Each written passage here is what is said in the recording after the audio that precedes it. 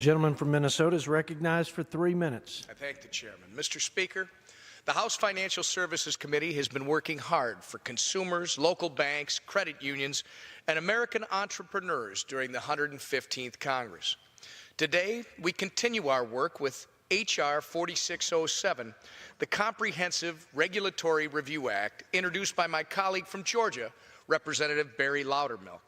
This bill brings accountability and modernization to the current regulatory review process for banks, credit unions, and financial institutions across the country. Currently, the regulatory audit conducted by our federal financial regulators happens just once every decade.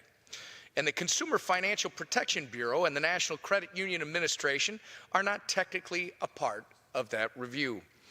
It's been 21 years since we evaluated possible changes to this antiquated and inefficient system.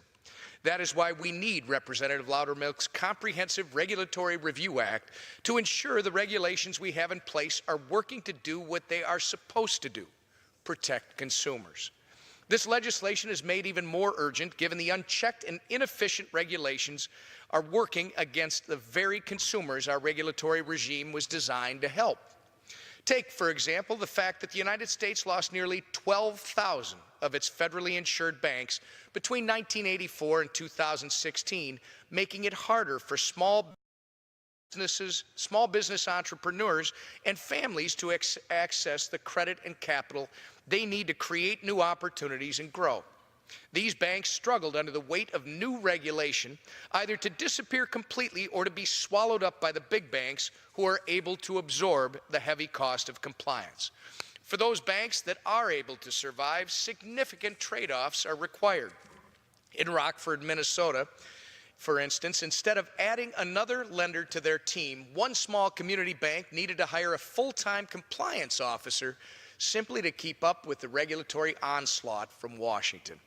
That same bank is spending over $100,000 each year on compliance costs instead of using that money in ways that would benefit the local community. Minnesota's credit unions have also been hit hard by unchecked and outdated regulation. One study found that credit unions in my state of Minnesota have incurred $102 million in costs directly related to the increased regulation created by the Dodd-Frank Act. Worse still, one in every 4 Minnesota credit union employees spends their time solely on regulatory compliance. Mr. Speaker, we have a duty to stand up for these struggling financial institutions and, more importantly, the consumers whose communities are hurting without them. We can do that today. Representative Loudermilk's legislation sailed through the committee in January, receiving support from both sides of the aisle because Republicans and Democrats know that H.R. 4607 takes necessary and important steps to ease the regulatory burdens which challenge community financial institutions in each and every congressional district. I appreciate the hard work of the bill's sponsor and the chairman of the committee to bring this legislation to the floor today, and I urge my colleagues to vote yes on the Comprehensive Regulatory Review Act. I yield back. The gentleman yields. The